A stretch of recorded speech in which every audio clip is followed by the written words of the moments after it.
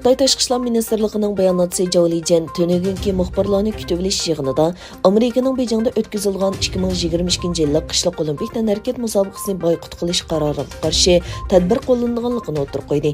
U yana Amerikaning tantarbiyatga siyosiy betaraflik prinsipiga xiloflik qilganligini tanqid qildi. Amerika hukumati Xitoyni Uyg'urlarga irqiy qirg'inchilik yurgizish bilan ayblab, olimpikni boykot qilish qarori chiqargan. Rossiya Ukrainaga tajovuz qilgan ahvolda Amerika hukumatining Ukrainadagi Amerika fuqarolarini tarqoqlashtirish plani tuzganligi o'tirib qo'yildi. CNNning bu temada yaqin manbalarni asos qilgan xabariga qaraganda, navbatda Amerika davlat mudofaa ministrligining rahbarligida tarqoqlashtirish plani tayyorlanayotgan bo'lib, Amerika fuqarolarini Ukrainadan tezroq chekindirish plani ko'zdan kechirilmoqda ekan. İran Davlatlik televiziya stansiyasining xabariga qaraganda, Iranning muavin diplomatiya ministri va bosh suhbat vakili Ali Bakeri Rossiya amaldorlari bilan ichki davlat munosabati va Viyana yadro suhbat musobaqasi to'g'risida suhbat o'tkazgandan keyin bayonot e'lon qildi. Bakeri Viyanada yadro suhbatida natijaga erishish uchun g'arb davlatlaridan amaliy qadamlarni kutadiganligini aytdi. Amerika prezidenti Joe Biden bilan Rossiya prezidenti Vladimir Putinning sinliq uchrashishida Ukraina chegarasidagi jiddiylik muzokara qilindi. Oqsaroyning yozma bayonotida qaraganda, Biden bilan Putinning uchrashishi 2 soat 1 minut davomlashgan.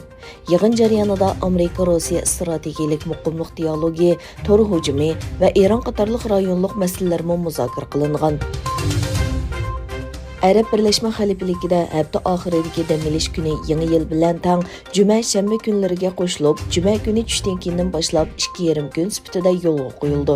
Shuning bilan birga Arab Birleşme Xalifaligi hukumati butun mamlakatda juma namozini 13 dan 15 da o'qishni qaror qilgan. Yevropa İttifaqı bir necha hafta ichida Afg'onistonda konsulxona qurish tayyorlik qilmoqda.